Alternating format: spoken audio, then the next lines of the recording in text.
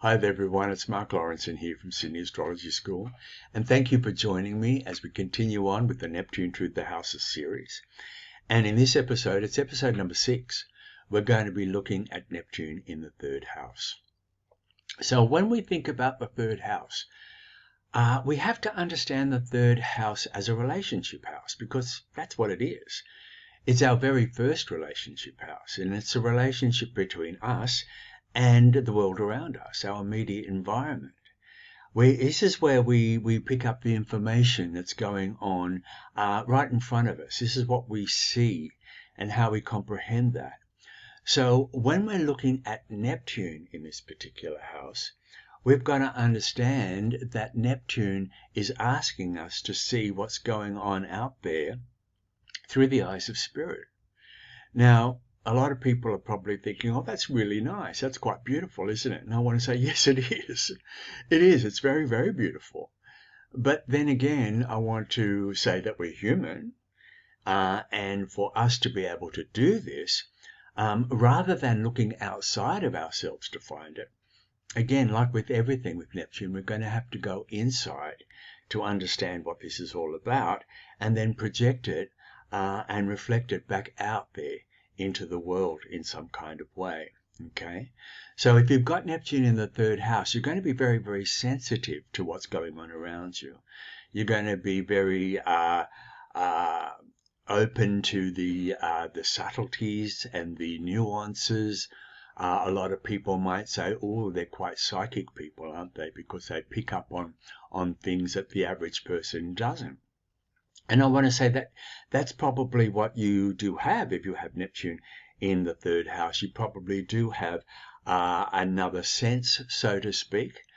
But Neptune in the third house can also pick up on all information like a sponge. And it can be quite overwhelming for people with Neptune in the third house, what's coming in at them. And so this is where we really, really need to use our spiritual common sense, or a lot of people might call it emotional intelligence. And that's going to be coming from our intuition, because that's where Neptune works from, particularly in the third house. And a lot of our psychicness is going to be coming from this position too, this area as well. So we need to connect to our intuition, because our intuition is our guide, our inner guide. It's telling us what to take in and it's telling us what to leave out. And so it wants the information. It's only going to be wanting the information that is going to be helping them on a soul level or a spiritual level. It's going to be enhancing them that way. And it's going to want to keep out anything that's going to erode you in those areas. So listening to the inner voice, you're kind of like a channel in a way. You're a direct channel to the universe. And so you need to be able to be in contact with signs and signals. They could come through dreams in a way. You're going to be picking up, as I said, on things all the time that are always trying to help you and always trying to direct you and always trying to heal you. So if you can really trust your inner voice, if you can really trust your gut or your intuition, it's really, really going to help you with Neptune in the third house, because this is when you really can start to see life and what's going on around you through the eyes of spirit, because it is going to be through a sense of love, and the love is what you're getting from the universe, and then you're going to be able to project it out there in all areas of communication and information. You're going to love to learn, particularly Neptunian topics, maybe spiritual topics, but not necessarily. It's going to be stuff to do with possibly fantasy or anything to do with using your imagination. It can be very, very creative. It can be extremely artistic. Some of the great artists, I imagine, channeled a lot of their works, and I honestly believe that you could do this in some kind of way. I believe you have a voice that can actually help and heal people, and you can connect to their souls through what you need to say. I think that's a big part of this as well, having Neptune there in this particular house. You're highly compassionate. I feel that you're the kind of person that people can sit down with and can talk to, and actually you can empathize with people. I want to say that it's kind of tricky here as well, because there's no division between what they're saying and what you're saying, and so sometimes you can actually feel yourself being drawn into their story and all of a sudden you're living their lives. And so you've got to be careful with how much of another person's mind or what's going on in their lives you actually take in to yours and make it real for you. So you're going to have to be a little tiny bit careful with that, because I find a lot of people with Neptune in the third house don't know where your mind starts and their mind ends, or vice versa. It's that feeling of the joint mind, and it can, as I said, it can be quite beautiful when you can really understand somebody on that soul level. But you have to be careful with the amount of another person's ideas, or another person's psyche, or even just another person's energy that you're taking in and making your own. Okay. Maybe, I'm not saying this happened for sure, but maybe when you were in school, it might have been challenging for you, especially if you had to learn that more linear kind of left brain kind of way.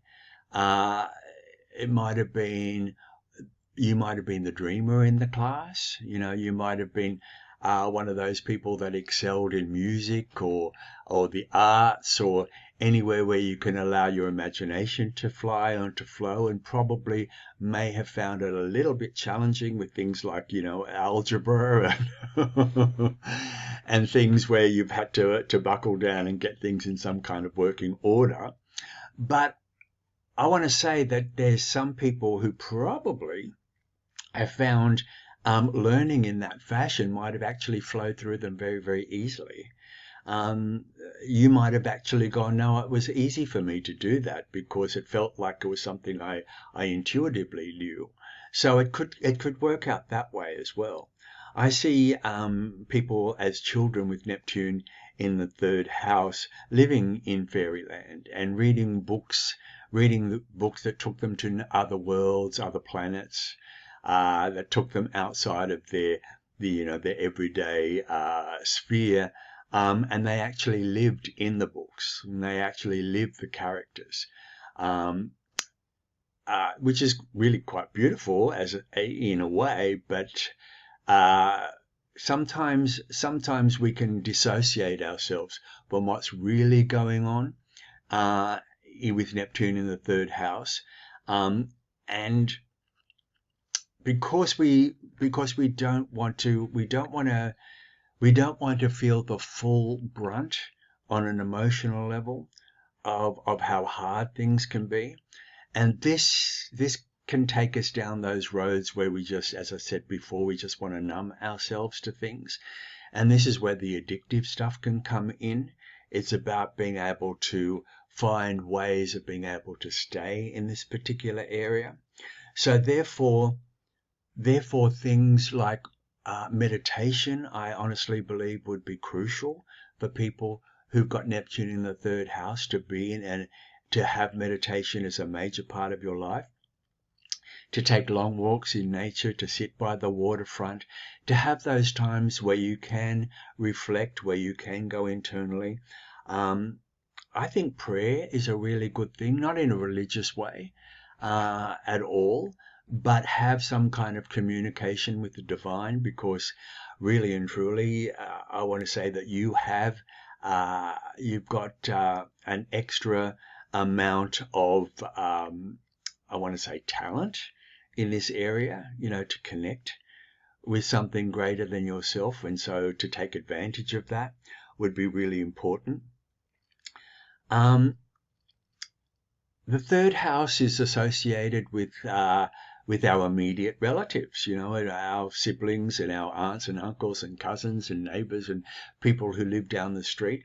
So maybe there is a spiritual connection with somebody there. Maybe you have a strong link, almost like an inner knowing or an inner understanding of what's going on with them.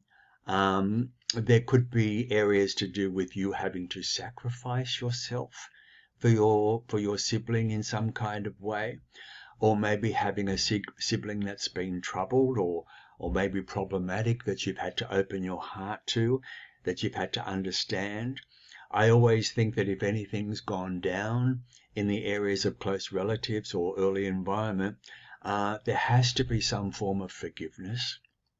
You have to open your heart and forgive whatever it was, because that area, that Neptunian area of love and compassion can only thrive if you can let that go, if you can release that and release it with some kind of love and forgiveness. So when you're looking at Neptune in the third house, I just want to come back to the understanding of the communicator, the teacher, the relayer of information, the messenger of sorts.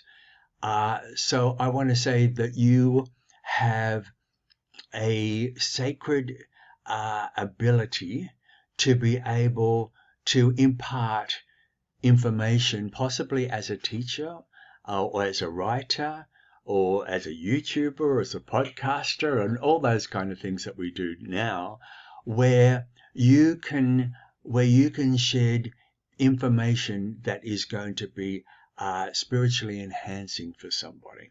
It's going to bring something into another person's life that is going to actually connect them to love, connect them to heart, connect them to compassion, connect them to the need for all of us to understand ourselves as one, and to be able in your own way to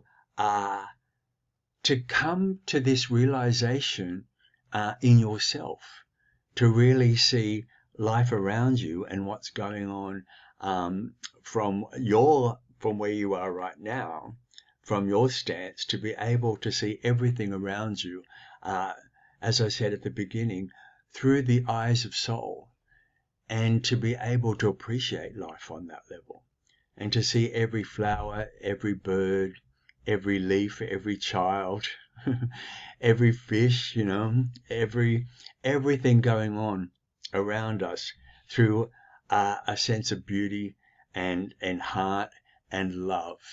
And if you can do that, if you can try your best to be able to do that, then you'll find your Neptune in the third house is probably going to be one of the best placements in your chart.